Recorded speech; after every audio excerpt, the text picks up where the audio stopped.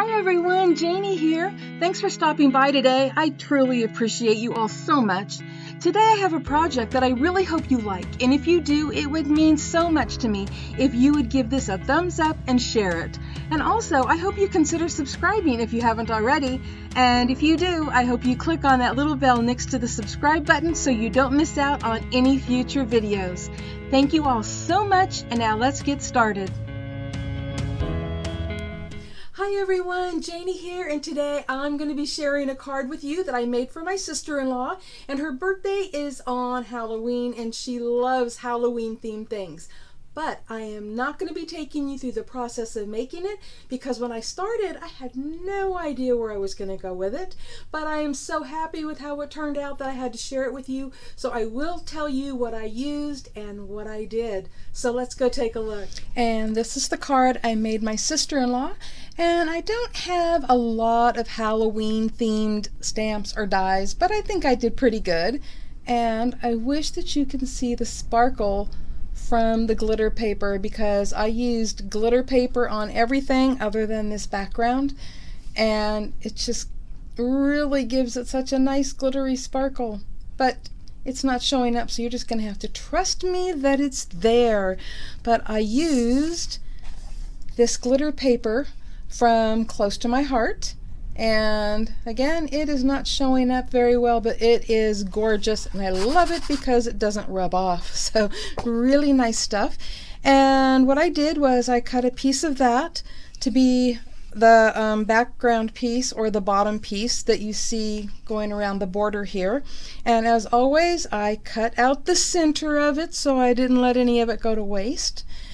And then the next layer right here, that background that you see that's so beautiful, is from Fairy Hugs, and it's one of their Fairyscapes backgrounds. And I'll have links below in the description box to everything so you can find it. But I love these backgrounds. And so that was next. And then comes the tree. So let me grab that and pull it over here. So you've seen me use this tree before in a project, and that set actually comes with all the pieces to do a birdhouse and birds with all the layers, the wings and everything. This is really awesome, but I haven't used it yet. But I do keep using this tree and I love it. So that's where the tree came from, also cut out of that black glitter cardstock. And just let me get close up there so you can see it. I love the tree.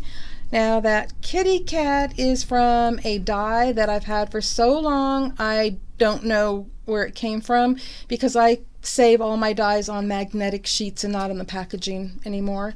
But I got that little black kitty cat. And then these bats. That is interesting. Let me see, where did I sit it? Oh, here it is. Okay, I don't want to make a mess here. So Sensational Stamps is no longer in business, but I used to be on their design team many years ago, and this has a little bat stamp right there.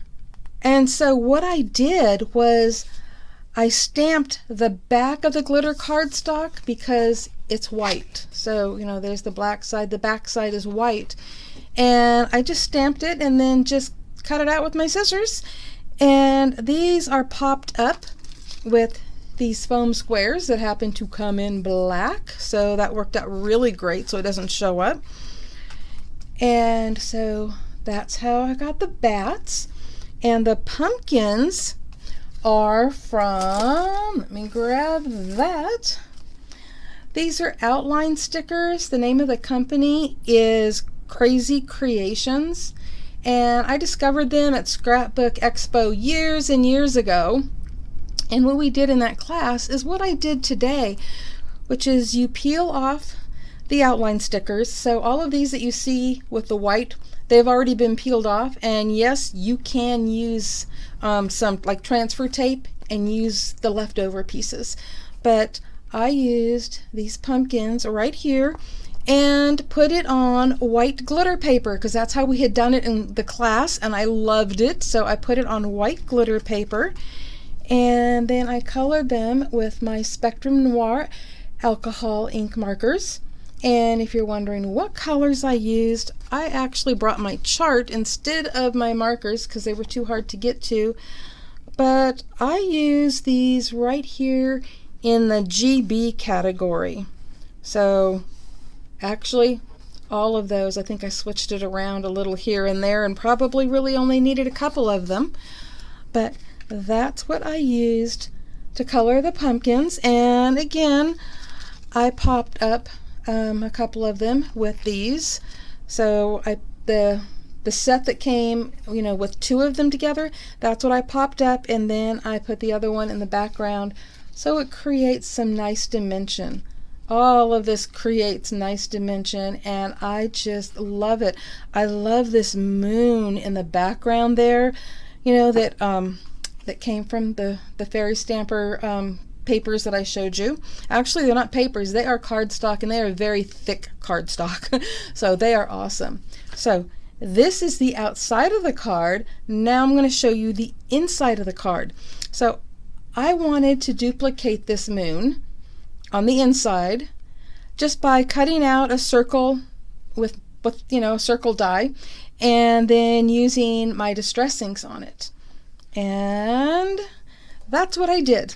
But it actually got a little bit darker than I wanted because one of these that I used was darker than I thought it was going to be, and I don't remember which one it was, but I used, see, will this one focus? Focus, focus, focus. There we go. Fossilized amber and wild honey and scattered straw, and I think this one may have been the one that was darker than I thought, and squeezed lemonade. But it's okay that it turned out a little bit darker.